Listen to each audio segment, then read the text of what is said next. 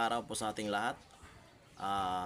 For today's video mga tol is magbabahagi po ako ng mga gamit spiritual, protection, round o kaya pangkalahatan kung sa Tagalog pa. Bigyan natin to ng paliwanag mga tol para kahit papaano maintindihan din ng ninyo at ng ating mga iba pa natin na mga taga-suporta at maging sa mga darating pa natin na mga taga-suporta na makapanood ng ating mga video. Ganito kasi yan tol eh. Since nandito tayo sa mundo ng mga mortal, lamang talaga yung may proteksyon kasi yung walang wala talaga. Although lahat tayo kailangan natin na manalangin palagi, pero in realidad mostly sa tao mga tol eh, hindi nagdadasal, hindi nagpe-pray. Kung naniniwala, halos lahat naniniwala na may Diyos. Kasi nung ako'y nasa field, nagmi-mission ako, naka-encounter na rin ako ng tao na hindi naniniwala ng Diyos eh. Hindi naniniwala sa... Siguro dahil na rin sa sakit niya na ramdaman. Ganun kasi ang tao mga tol. Mostly kasi talaga ang tao pagka nasa sitwasyon na dihado, isisisi nila sa Panginoon eh yung lahat. Yun yung sinasabi ko na ang tao is selfish, 'di ba?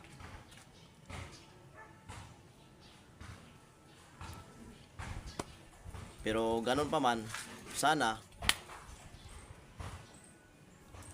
huwag nating isisi yung lahat sa Panginoon.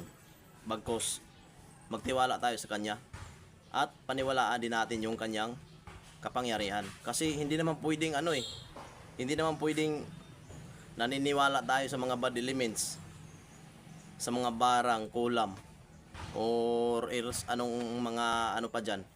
Tapos hindi tayo maniniwala sa kapangyarihan ng Panginoon. So one-sided yun. Equal balance yan. Kung naniniwala tayo na may demonyo, malamang mayroong Diyos. Kung may kapangyarihan ang demonyo, may kapangyarihan din ang ating Panginoong Diyos. Ito kasi yan mga tol. Ang ibabahagi ko sa inyo ngayon is itong kalmin o habak.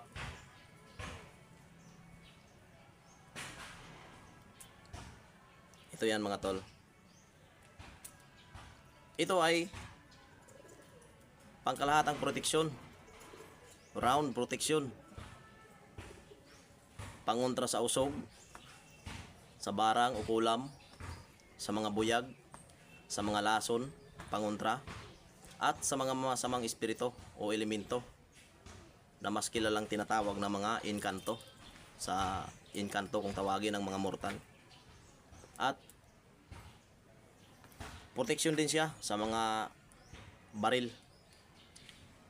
Babarilin ka. Proteksyon siya sa mga taga, saksak, lihis bala, kabal at kunat, at tagulilong o kaya tagabulag. At pangontra rin sa mga black magic at Maika Blanca. Isa na dyan yung palupad hangin nga o kaya laso na itapik lang kung saan saan at sa gayoma. Kasi may mga talaga eh, may mga gayoma kasi tol na mga black magic. Ang ganyang gayoma mga tol is gumagamit yan ng mga kandol, tapos sa part ng katawan ng tao, either buhok, picture, kaya pangalan. Black magic. Part siya ng palupad hangin. Yan, maraming, hindi kasi isang klase lang yung gayoma mga tol. May gayoma na fair, merong unfair. 'Di ba? Ang mga ganito mga tol is pwede sa mga bata, proteksyon. Pwede rin yung mga matatanda na kahit sino pwede magdala nito. Ito ay ready to use. Hindi mo na kailangan na debosyonan. Hindi mo na kailangan na dasalan. Since pag-blessing ko nito tol is under na to. Lifetime. Pero ganun pa man, kahit ganun, wag tayo maging abusado. Hindi tayo pwede maging abusado. Simple lang. Kasi ito kasi hindi naman ibig sabihin na pagka mayroon ka nito malaya ka nang gumawa ng kung ano-ano. Lahat ng gusto mo pwede mo lang gawin. Hindi. Ito ay protection in case of emergency na nandun tayo. Kahit nasa bahay lang tayo, hindi natin alam. May ahas, tutuklawin tayo bigla. Hindi natin alam. Yung bahay natin nasa highway, may nadidisgrasya na mga sasakyan doon papunta sa atin. May nangyari mga ganyan. Or else, pupunta lang sana tayo ng palengke. Nabangga tayo. O kaya may service tayo, may motor tayo. Nadisgrasya tayo. So, sa madaling sabi, lamang talaga ang may protection mga tol. Kasi hindi ka maaagribyado. Ligtas ka lagi sa mga peligro o kaya sakuna. Yun ang ibig kong sabihin. At bakit ko nga ito nasabi na round, pangkalahatan? Kasi tol, kahit simple lang ito tingnan, kahit ganito lang ito tingnan ng mga tao, kahit ganyan lang yan, simplihan lang, pero magugulat ka sa laman yan mga tol kung ano ang nakapaloob. Bakit? Ano ang nakapaloob niyan? Ano ang nakapaloob nito? Ang nakapaloob nito tol is isang buong libro na legit ng lihim ng Diyos Ama, which is gamit sa una pang panahon ng mga antingero, ng mga kilala. Ito yan to lang laman isang libro. Yan.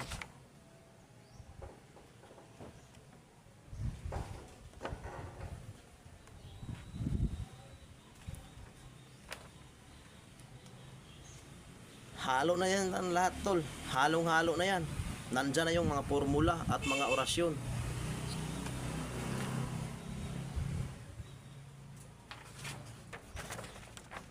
Pinapareduce lang. At yung mga ganito mga tol, ang iba nito pinapareduce ko pa. Para naman sa mga singsing na ilalaman. Yung mga singsing na mga ginagawa ko. O kaya itong mga bracelet sa paa ko na nilagay ko. May mga orasyon yan mga tol. May mga gamit yan. May mga ano yan.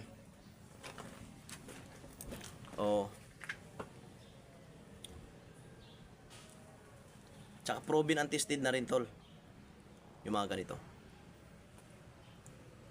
Kagandahan nito kasi hindi kalakihan, pwede sa bata. Ikwintas o kaya ihabak.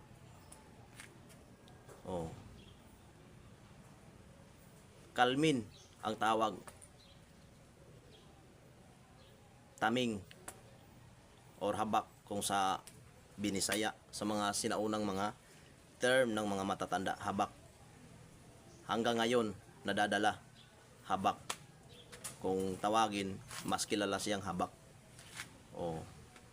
Kasi dito sa mundo ng mga mortal tol, dito sa mundo natin ginagalawan sa mga mortal, is hindi naman talaga yung kalaban natin is mga tao. Makikita nyo rin naman yan sa Efeso 6:13. Hindi talaga tao. Kaya kung tao lang yung mga kalaban natin, kaya na yan ng mga mutya. Basic lang yan ng mga mutya. Kaso hindi. Kaya dito sa mundo ng mga mortal mga tol, most powerful na dadalhin sa tao, itatangan ng tao is orasyon. Orasyon in Latin. Salita kung sa Tagalog. At kung sa Bisaya is pulong. Most powerful talaga tol is orasyon. Kasi ang orasyon ay Diyos. Ang Diyos ay orasyon. At dahil nandito tayo sa mundo ng mga mortal, nandito tayo sa mundo, sabi nga ng mga matatanda, kung ikaw ay isang espiritual at wala kang liso, kaya nikap, hindi ka pa matawag na solido. Kasi magsama talaga yan, tol. Orasyon at material. Yung material na sinasabi ko, tol, is liso, nikap, additional na ang mga mutya at kalikasan. Kasi nakakatulong din ang mga mutya, mga tol. Kasi mayroon ding mga mutya na pangkumbate, panggirero, mayroon ding pang negosyo, which is nakakatulong. Pero kung usapang solid talaga, yung talagang kumbate, sapat na ang orasyon at nikap. O kahit ito lang, orasyon lang. Kasi walang tatama sa'yo ng mga mahika blanca, palupad hangin, barang, kulam. Walang tatama sa'yo niyan. Sa mga disgrasya, peligro, ligtas ka dito, mga tol. Although masasaktan tayo konti kasi siyempre kumakain tayo ng bigas at saka yung material natin. Material lang natin to, nasasaktan. Pero sabihin madudurog ka, tatablan ka, hindi, tol. Huwag ka lang gumawa ng kalokohan. Dalhin mo lang sa maayos, gumawa ng mabuti. Ligtas ka, tol, sa lahat ng kapahamakan. Kaya sana tayo, kahit may gamit tayo mga ganito, o nasa point na nakakalamang tayo, hindi nakakalamang na nakakaloko, kundi lamang tayo sa lahat ng oras at bawat segundo ng ating buhay, kahit saan tayo mapunta. Bakit? Kasi ilag sa atin yung mga masasamang elemento o kaya tao. Kaya yung mga wakwak, tol, yung mga aswang, o kaya yung mga literal na mga kukulam, pagka mayroon kang gamit ganito, ilag sa'yo yan, hindi yan makakalapit, tol. Hindi makakalapit.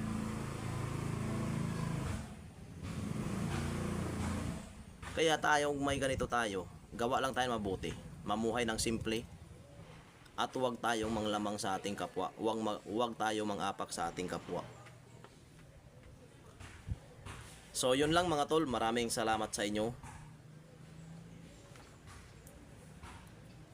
Sana patuloy nyo suportahan, tol, sa aking YouTube channel. At paki-follow na rin ako, tol, sa aking Facebook page. Nasa baba yung link. I-click nyo lang, tol.